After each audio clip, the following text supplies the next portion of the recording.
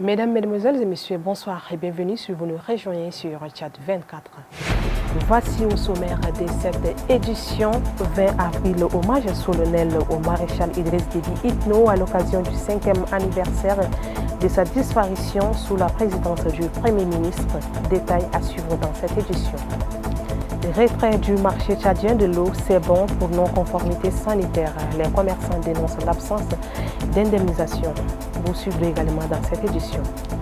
Et maintenant, les enseignants du 7 tiennent un point de presse pour dénoncer les engagements non tenus par le gouvernement.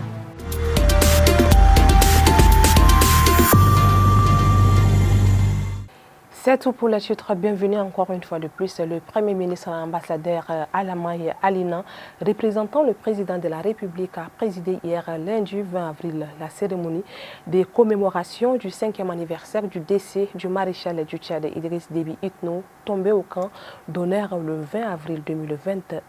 Cet hommage organisé dans la grande salle du ministère des Affaires étrangères s'est déroulé en présence des responsables institutionnels, des diplomates et d'anciens compagnons de lutte du défunt. Le film de l'événement avec Mohamed Taïb. 20 avril 2021, 20 avril 2026, cela fait exactement 5 ans que le maréchal du Tchad, Idriss Déby Itno, tombait sur les champs de bataille, laissant derrière lui un héritage marquant pour la nation tchadienne. À l'occasion de cette journée mémorable, une cérémonie d'hommage a été organisée dans la grande salle du ministère des Affaires étrangères, en présence de nombreuses personnalités, parmi lesquelles le président de l'Assemblée nationale, le président du Sénat, des membres du gouvernement, des autorités administratives et militaires, ainsi que des diplomates et représentants des organisations internationales accréditées au Tchad, des leaders religieux, des responsables des partis politiques et les camarades de lutte du défunt ont également répondu présents pour saluer la mémoire de celui qu'ils considèrent comme une figure emblématique de la nation et du mouvement patriotique du Sali. Dans une atmosphère empreinte d'émotion et de recueillement, un documentaire d'une quinzaine de minutes retraçant le parcours ainsi que les actions militaires et politiques du défunt maréchal a été projeté devant une assistance attentive et silencieuse. Par des raisons légitimes et par des objectifs nobles. Dans son message d'hommage lu par le Premier ministre Alamaye Alina, le chef de l'État, le maréchal Mohamed Idriss Déby Itno, a salué la mémoire d'un homme d'État dont l'engagement et les sacrifices continuent d'inspirer les générations actuelles. À l'occasion de la cérémonie commémorant le 5e anniversaire de la mort du maréchal Idriss Déby Itno, le président de la République a rendu un hommage solennel au père de la nation. Ce message officiel lu par le Premier ministre Alamaye Alina. Suivez. Il est des dates qui s'inscrivent dans le marbre de l'histoire. Parmi celles-ci figure celle qui évoque le chagrin, la douleur et la tristesse de toute une nation. Le 19 avril est de celle-là. Pour notre nation, c'est une date que nous ne pouvons ni oublier, ni banaliser. C'est un rendez-vous avec la mémoire, la gravité et, par-dessus tout, la responsabilité. Il y a 5 ans, le MPS perdait son président fondateur. Le Tchad perdait son président élu, son chef suprême. L'Afrique perdait l'un de ses fils les plus vaillants et le monde perdait une figure engagée et résolue. Et moi, en cet instant de bascule de l'histoire, je perdais un père exemplaire et un guide éclairé. Le maréchal du Tchad, Idriss Déby Itno, n'était pas un homme qui subissaient les événements. En éducation, le bureau de la section provinciale du syndicat des enseignants du Tchad de N'Djamena a tenu un point de presse ce 21 avril 2026 à l'école du centre. Objectif, maintenir le contact avec la base pour un dynamisme constant, mais aussi attirer l'attention du gouvernement sur le non-respect de ses engagements. Pour plus de précisions, écoutons le secrétaire général du syndicat Abdelkader Djibia au micro de Ashta Mahamad Kalbassou. L'objectif de ce point de presse est de maintenir le contact avec la base dont le dynamisme est constant et d'attirer l'attention du gouvernement sur la non-tenue de ses engagements pris à notre encontre. Ces retards fragilisent le climat de sérénité que nous nous efforçons de maintenir. Par ailleurs, je voudrais également dénoncer la coupe injustifiée des salaires du mois de février. Cette pension de salaire constitue en n'en point douter une violation flagrante des textes en vigueur. Et la section provinciale du syndicat des enseignants du Tchad pour la ville de N'Djamena exige du gouvernement le remboursement intégral et sans condition à la fin du mois d'avril 2026 de ces sommes indûment prélevées. Face à ces enjeux, la section provinciale du 7 de N'Djamena interpelle M. le ministre d'État, M.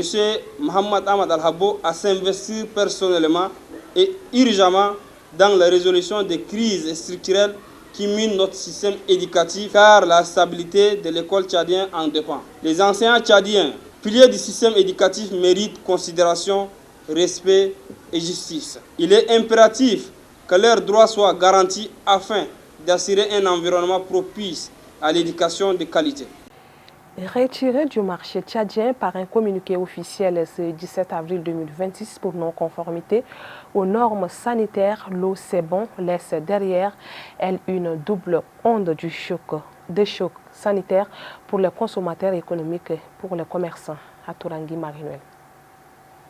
C'est à la suite d'un rapport d'inspection du Centre de contrôle de qualité des denrées alimentaires, SECOGDA, que l'eau c'est bon a été retirée du marché tchadien sur décision du ministère du Commerce. Selon les résultats des analyses physico-chimiques et organoleptiques réalisées par ce service spécialisé, plusieurs irrégularités ont été relevées. L'eau présenterait un potentiel hydrogène non conforme, une très faible minéralisation indiquant une eau fortement déminéralisée, ainsi qu'un goût anormal marqué par une certaine amertume. À cela s'ajoutent des manquements aux règles d'hygiène et de contrôle qualité interne. Face à ces conclusions préoccupantes, les autorités ont opté pour une mesure radicale, le retrait immédiat du produit sur toute l'étendue du territoire. Pour beaucoup de commerçants, le retrait de l'eau c'est bon est un coup dur. Contrairement aux grandes surfaces qui peuvent négocier des retours de marchandises, les détaillants se retrouvent avec des stocks interdits qu'ils ne peuvent ni vendre ni écouler sous peine de sanctions pénales.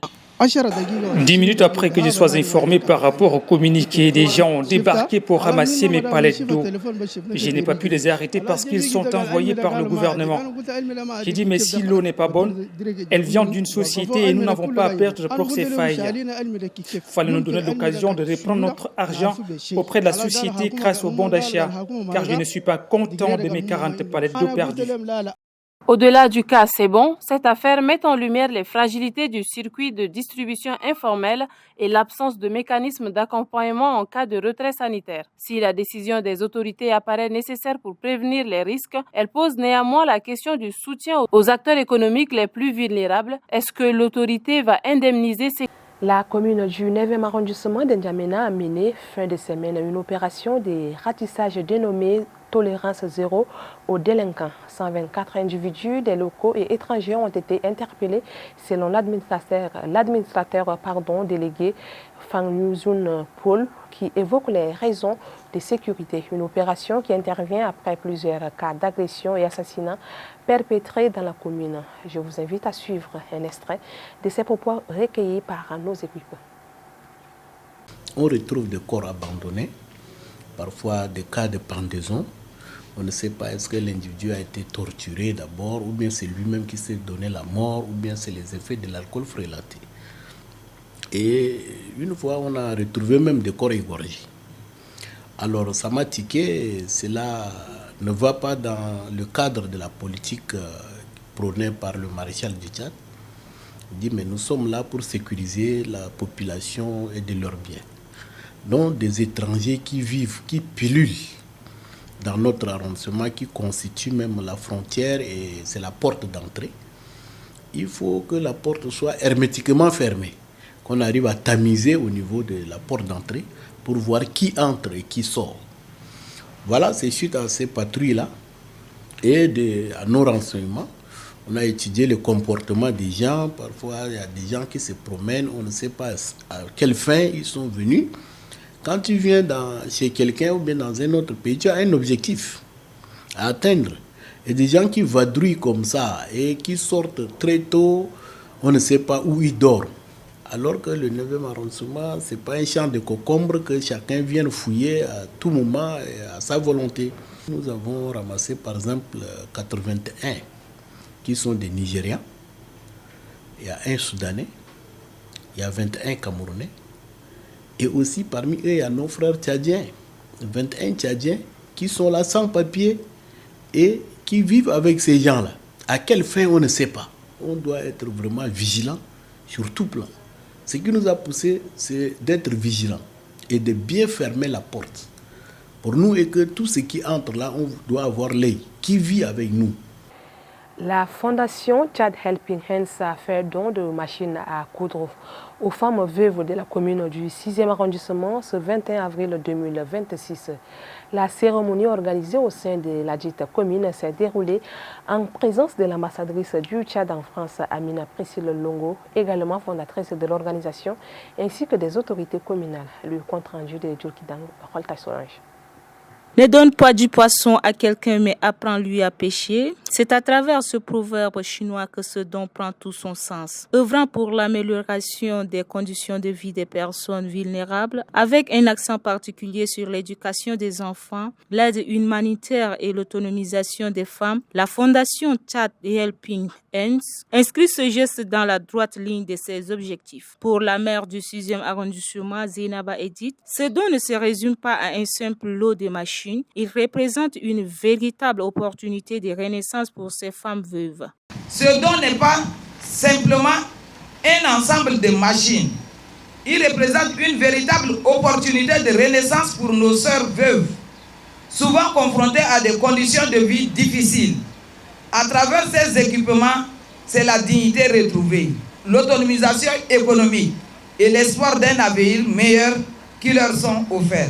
Madame l'ambassadrice et Madame la fondatrice, nous tenons à vous rassurer que ces 30 femmes bénéficieront d'une formation en couture. À l'issue de cette formation, elles recevront chacune un kit d'installation afin de leur permettre de se prendre en charge durablement.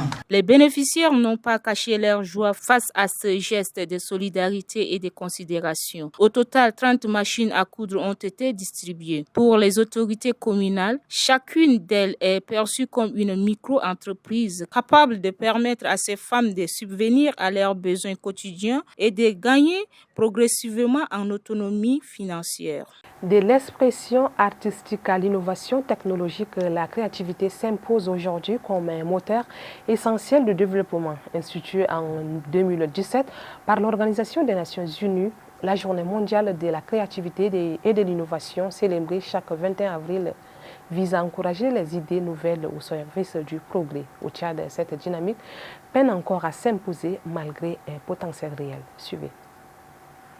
La créativité ne se limite plus aux arts. Elle s'étend désormais à tous les domaines, notamment aux sciences, à l'économie, à l'éducation ou encore au développement durable. Elle constitue un levier stratégique pour répondre aux défis contemporains dans les pays en développement. Consciente de cet enjeu, l'Organisation des Nations Unies a instauré en 2017 la Journée mondiale de la créativité et de l'innovation, et ce pour promouvoir la pensée innovante comme outil de transformation sociale et économique. Au Tchad, la créativité s'exprime dans plusieurs secteurs, souvent de la manière informelle. Dans les quartiers de N'Djamena comme dans les provinces, de nombreux jeunes développent des initiatives dans l'artisanat, la mode, le numérique ou encore l'agriculture. Cependant, ces initiatives restent confrontées à de nombreux obstacles, le manque de financement, l'insuffisance de formation spécialisée, l'accès limité aux technologies et l'absence d'un écosystème structuré freinent leur essor. À cela s'ajoute une faible valorisation institutionnelle institutionnelle de la créativité et de l'innovation. Malgré ces contraintes, certaines initiatives commencent à voir le jour, portées par des associations, des incubateurs et des partenaires internationaux. Pour les experts, investir dans la créativité, c'est investir dans l'avenir. Cela passe par le renforcement de l'éducation, le soutien aux entrepreneurs, la promotion des industries culturelles et la mise en place de politiques publiques adaptées. En cette journée mondiale de la créativité et de l'innovation, l'enjeu pour le Tchad est donc de transformer son potentiel en opportunités concrètes afin de faire de la créativité un véritable moteur de développement durable dans la société.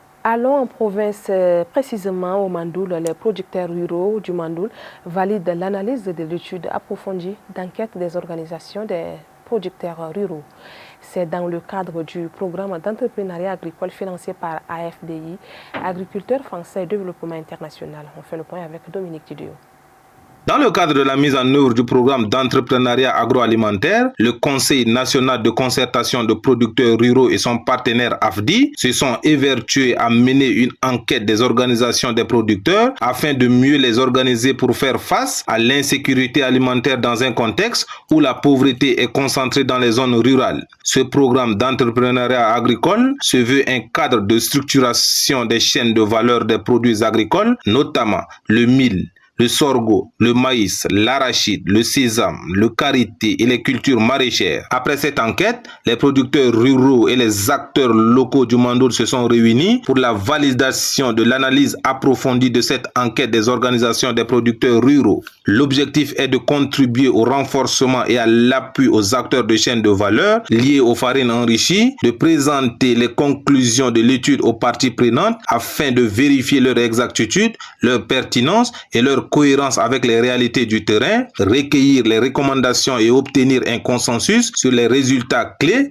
mais aussi et surtout analyser les capacités, les contraintes, les opportunités et défis de plus de 87 organisations des producteurs ruraux identifiés afin de mieux comprendre leur fonctionnement et leurs besoins et enfin favoriser l'adhésion et l'appropriation des résultats par les acteurs concernés qui sont des conditions essentielles pour la mise en œuvre effective des actions futures. Raphaël Rarikingar, président provincial du CNCPRT, à l'ouverture de travaux s'est adressé en ces termes. C'est un travail où ils ont déjà abattu. La première phase, c'est sur les enquêtes. Deuxième phase, le consultant était venu, il a collecté les données sur le terrain ici. Et maintenant, c'est le moment de la validation du texte. Nous ne sommes pas venus pour suivre et garder pour notre intérêt. Mais c'est vous représentez les organisations. Soumaïn Al-Bachar, trésorier général du CNCPRT, représentant le président national, a pour sa part estimé que ces données serviront à relever les défis de la production agricole. Ces données ne sont pas seulement pour un seul projet. Ça nous servira même pour d'autres bailleurs et pour vous ici d'attirer d'autres bailleurs parce que vous comprenez, vous allez comprendre votre force, votre faiblesse et en quoi ça va vous servir. Rongon Léopold, consultant, a quant à lui présenté ce rapport diagnostic dans son ensemble et qui a reçu l'agrément des participants après avoir proposé quelques recommandations et résolutions et enfin validé le document pour sa mise en œuvre effective au profit des producteurs ruraux de la province du Mandoul. Au Bata, cette fois-ci, le préfet du département du Bata-Ouest, Hissène Palais Bemokréo, a effectué une visite à la Légion de la gendarmerie du Bata le 20 avril 2026 afin de superviser les activités de la commission mixte de vérification des engins mise en place par arrêté préfectoral. Cette mission vise à lutter contre des illégalités liées aux véhicules, notamment l'absence des documents, des plaques d'immatriculation et l'usage des vitres teintées non autorisées. Correspondance de Abderrahman Mustafa et Mansawa Sakin.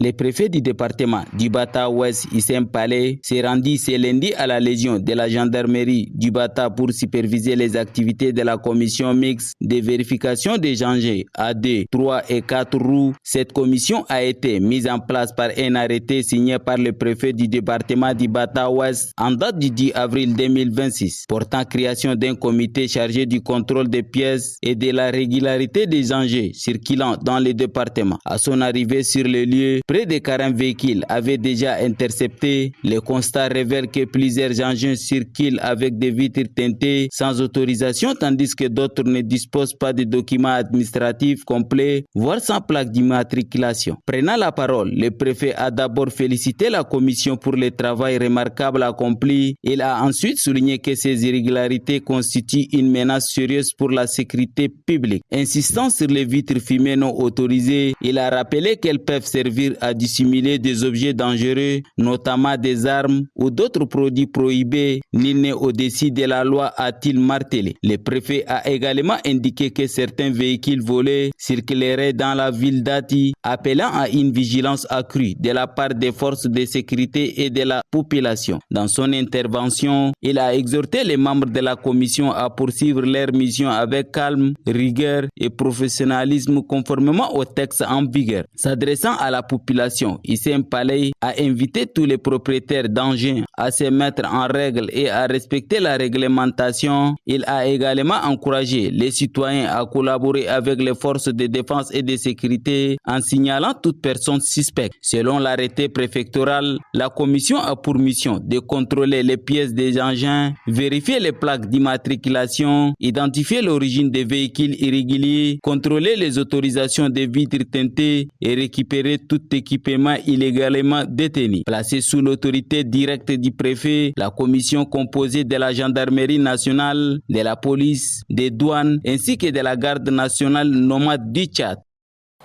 Résumé de l'actualité internationale pour boucler ces journaux, le chef de la MONUSCO entame sa première tournée dans le nord Kivu en République démocratique du Congo au Mali. Une plainte a été déposée devant la Cour africaine des droits de l'homme et des peuples, tandis qu'au Soudan, un général paramilitaire fait défection des FCR pour rejoindre l'armée régulière. Maroka Cécile Kadi. Le représentant spécial du secrétaire général de l'Organisation des Nations Unies en République démocratique du Congo et chef de la mission de l'ONU pour la stabilité du pays, la MONUSCO, James Swan, a entamé le 20 avril sa première visite de terrain dans l'est de la RDC depuis sa prise de fonctions. Cette tournée a débuté à Beni, dans la province de Nord Kivu, où la première journée a été consacrée à l'évaluation de la situation sécuritaire dans le Grand Nord, à l'examen des efforts de protection des civils et au renforcement du dialogue avec les autorités provinciales. À son arrivée, le chef de la MONUSCO et sa délégation ont reçu un briefing sécuritaire avant de se rendre au quartier général de la force où ils ont été accueillis par une garde d'honneur. Au Mali, 3 organisations de la société civile ont déposé une plainte ce lundi devant la Cour africaine des droits de l'homme et des peuples. Elle accuse les forces armées maliennes ainsi que des éléments du groupe paramilitaire russe Wagner d'exactions présumées contre des civils. Cette action judiciaire intervient au lendemain du 4e anniversaire du massacre de Ombori et moins d'un mois après celui du Moura. À Ombori, dans le centre du Mali, au moins 50 civils auraient été tués et plusieurs centaines d'autres arrêtés et avril 2022 après la mort d'un agent russe dans l'explosion d'une bombe en bord de route. Au Soudan, le conflit en cours a connu un développement notable avec la défection d'un officier supérieur des forces de soutien rapide, groupe paramilitaire engagé dans une guerre contre l'armée régulière. Le général de division Al-Nour Adam, surnommé Cuba, a rejoint les rangs de l'armée nationale selon des images diffusées par le Conseil souverain soudanais. Dans une vidéo publiée sur les réseaux sociaux, le chef de l'armée et président du Conseil souverain, le général Abdel Fattah al-Burhan, a salué son ralliement et déclare que les portes restent ouvertes à tous ceux qui déposent les armes et s'engagent pour la reconstruction nationale. Voilà qui va mettre un terme à cette édition d'information. Mesdames et messieurs, merci à vous de l'avoir suivi. À très bientôt.